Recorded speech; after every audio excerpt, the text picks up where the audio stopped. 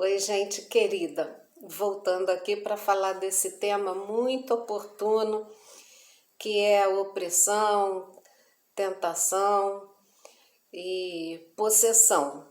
Tudo parece um pouco, mas a gente vai observando aqui detalhes que são importantes, como, por exemplo, quando é que você sabe quem é que está enfermo, quem está enfermo por uma ação maligna, como e quando resolver isso e quando é que isso acontece, né?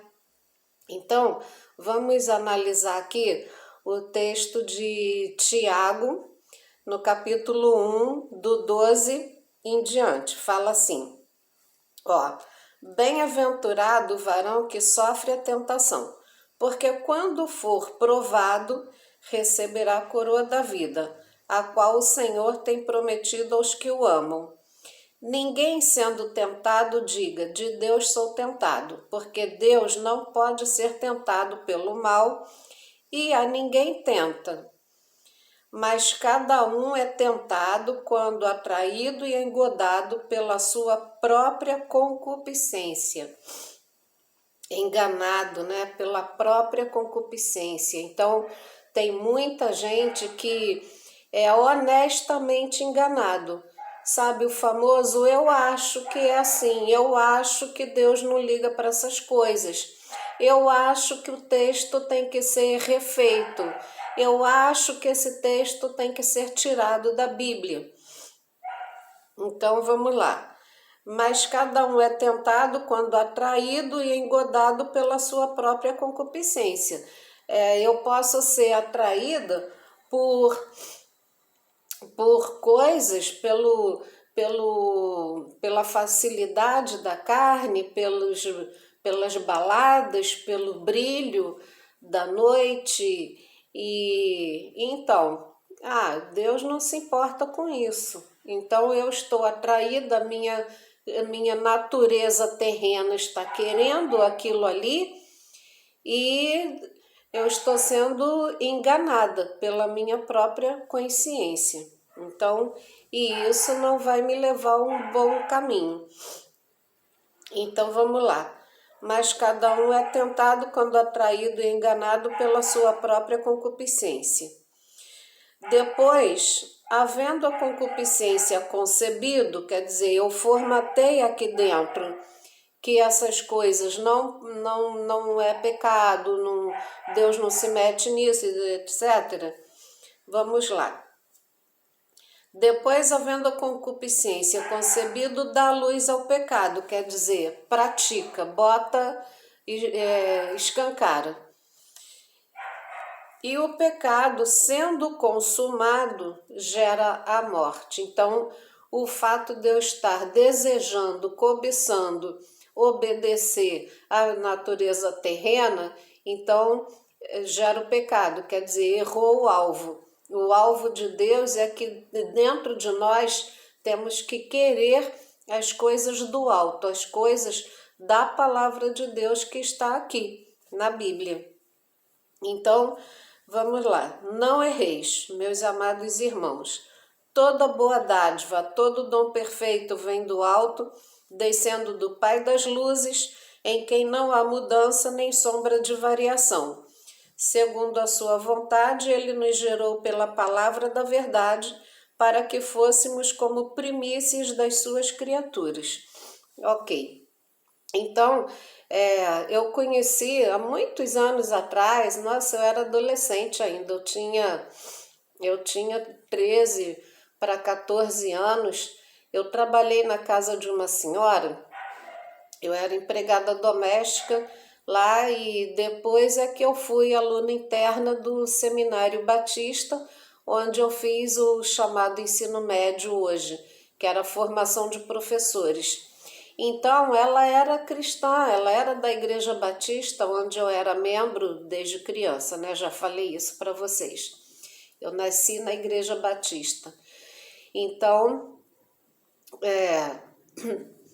ela era membro da Igreja Batista, a filha era pianista, ela era enfermeira de um grande hospital, mas era pouco que ganhava e não era tão garantido assim o salário naquela época.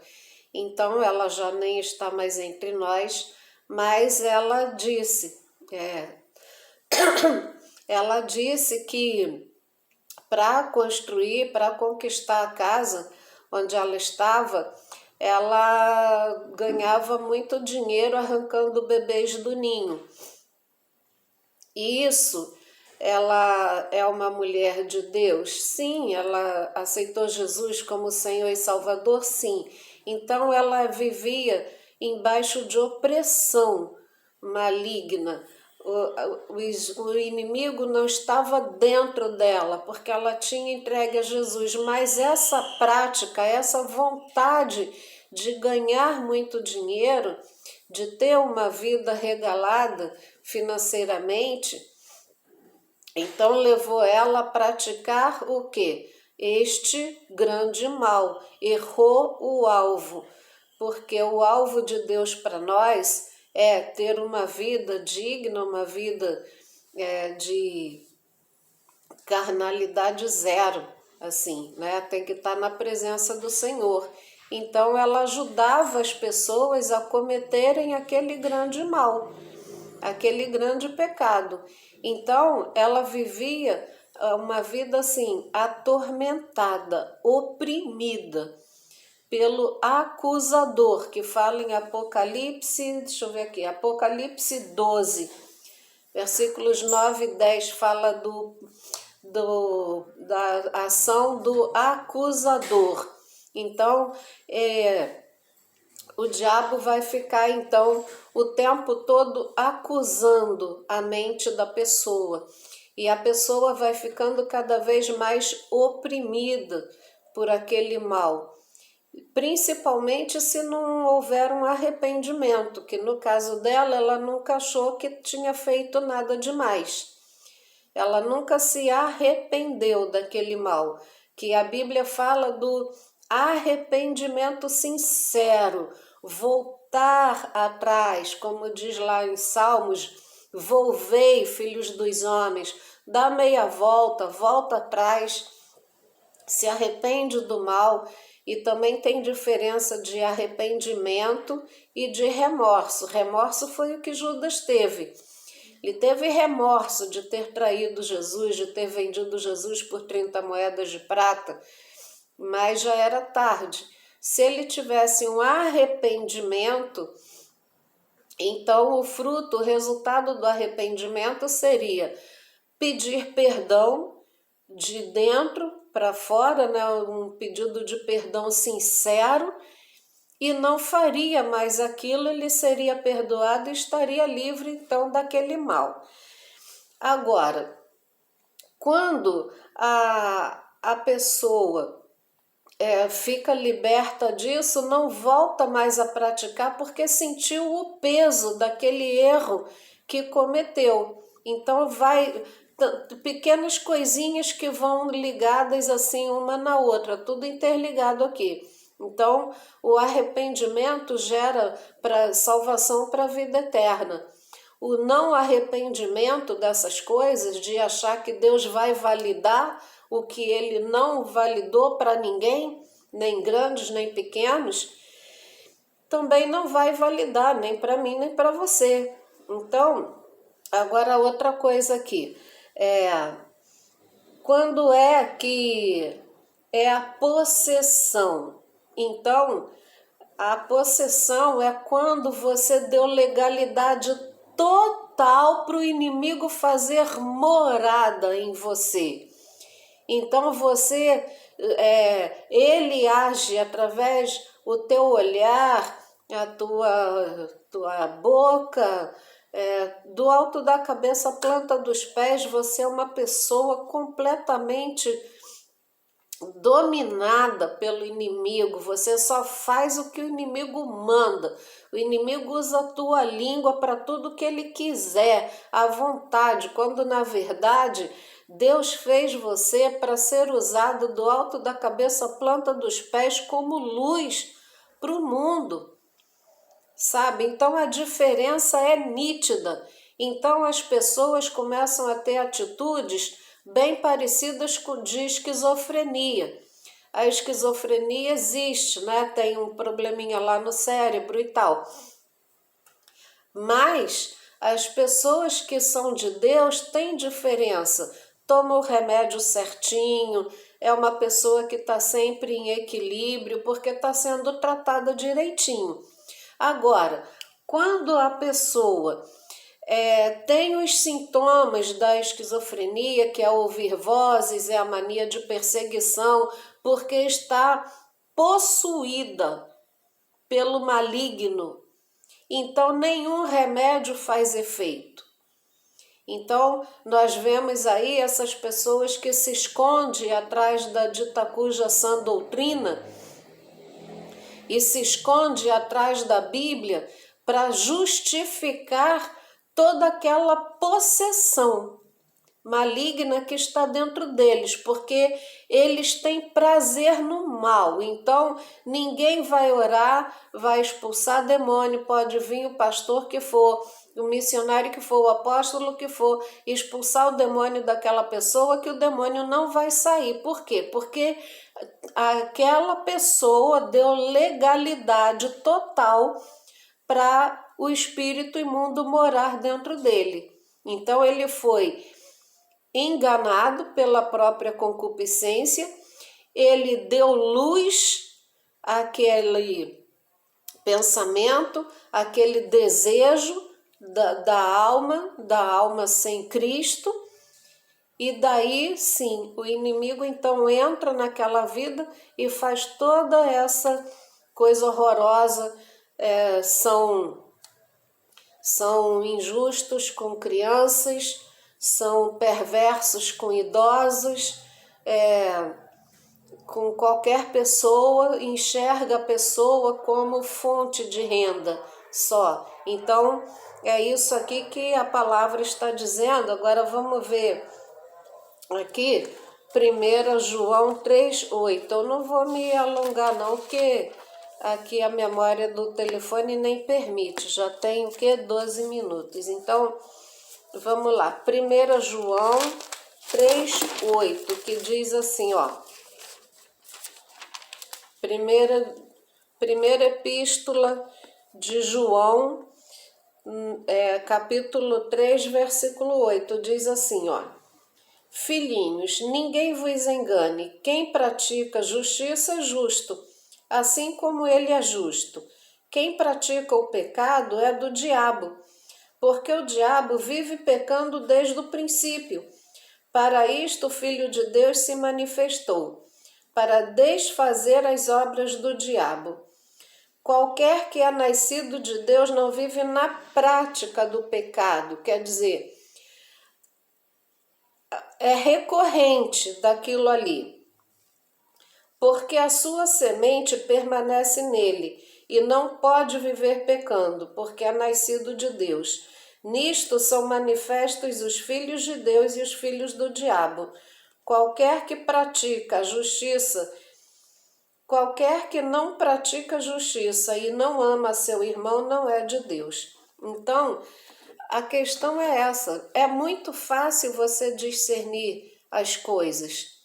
E é muito fácil também você entender que quando uma pessoa que se diz de Deus começa a praticar essas coisas horrendas que a palavra de Deus condena para o nosso próprio bem, e a gente começa a achar que Deus não está vendo, que Deus não vai ligar para isso, então estamos abrindo todas as portas, estamos dando legalidade para o adversário morar dentro de nós. Então, deixamos de ser morada do Espírito Santo de Deus para ser morada do inimigo, o inimigo de nossas almas, o acusador. Então, mas quando a gente entrega a nossa vida a Cristo, do alto da cabeça à planta dos pés, então não tem mais legalidade do inimigo atuar através de nós, seja dos nossos olhos, da nossa língua,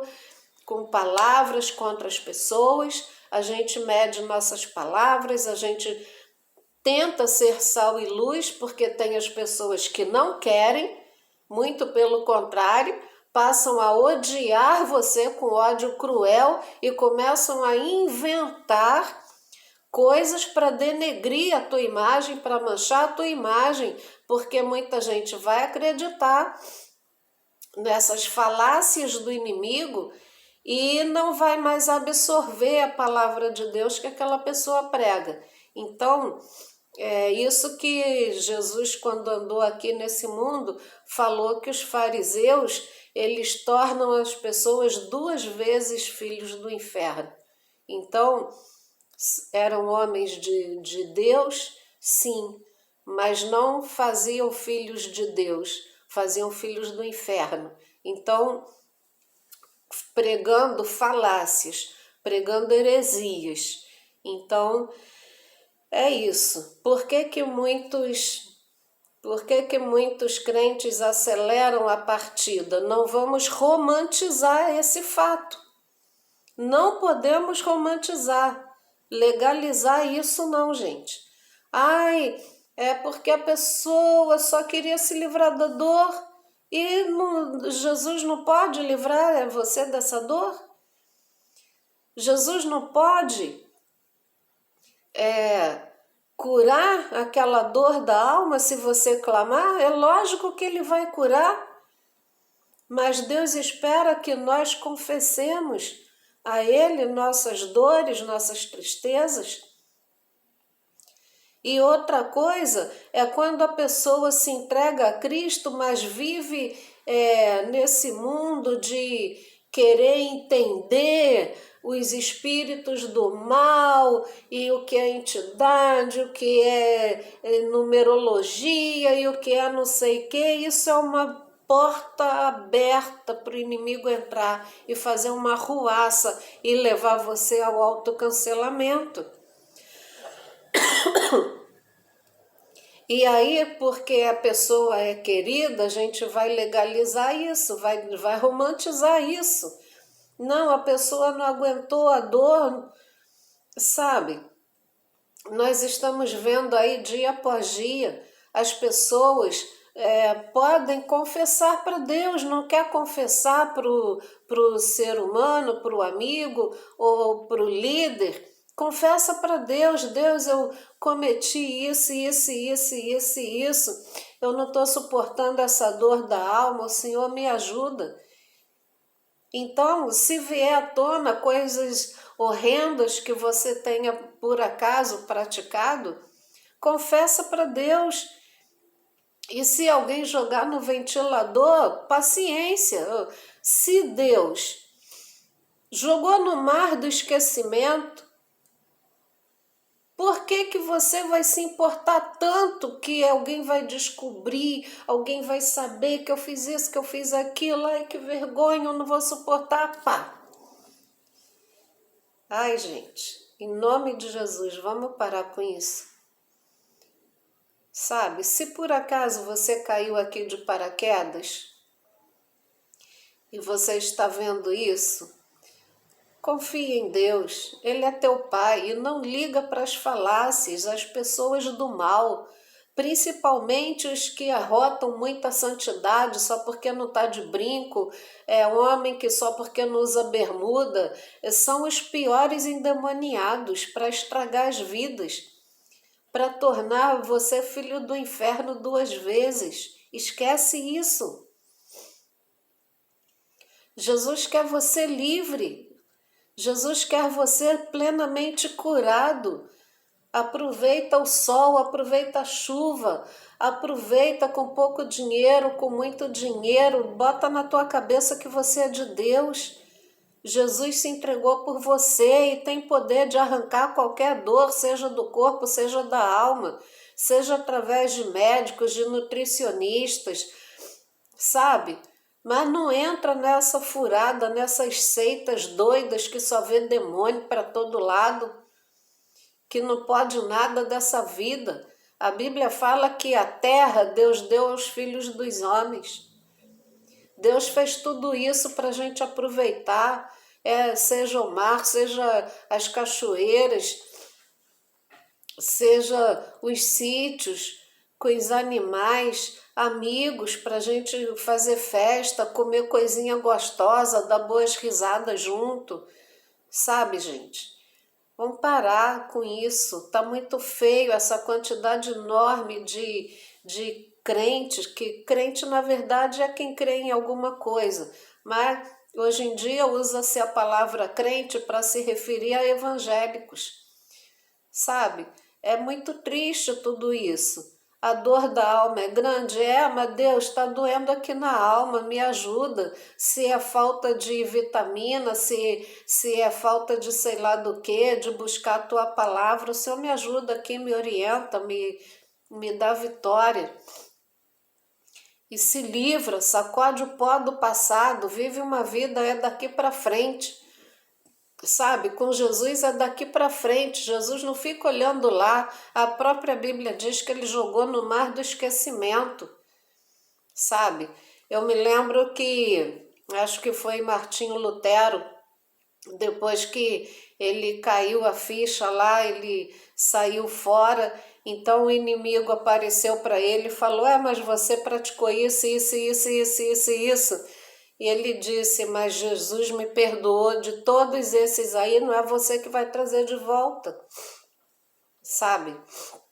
Então, muito obrigada aqui pela atenção. Se esse testemunho, se esse conteúdo aqui traz paz para a tua vida, melhora a tua vida, então se inscreve, dá like, comenta, pode discordar de mim alguma coisa. Eu não fico aborrecida com quem discorda de mim, desde que seja com respeito, é claro, que eu não estou faltando respeito com ninguém. Então, é isso. Então, muito obrigada. Eu acho muito importante falar incansavelmente desses temas, as diferenças e o que Jesus tem para fazer com tudo isso. Jesus tem poder. Sangue de Jesus tem poder para tirar toda a dor da minha alma e da tua e de quem quiser, de quem desejar. Que ele não faz acepção de pessoas. É isso. Graça e paz.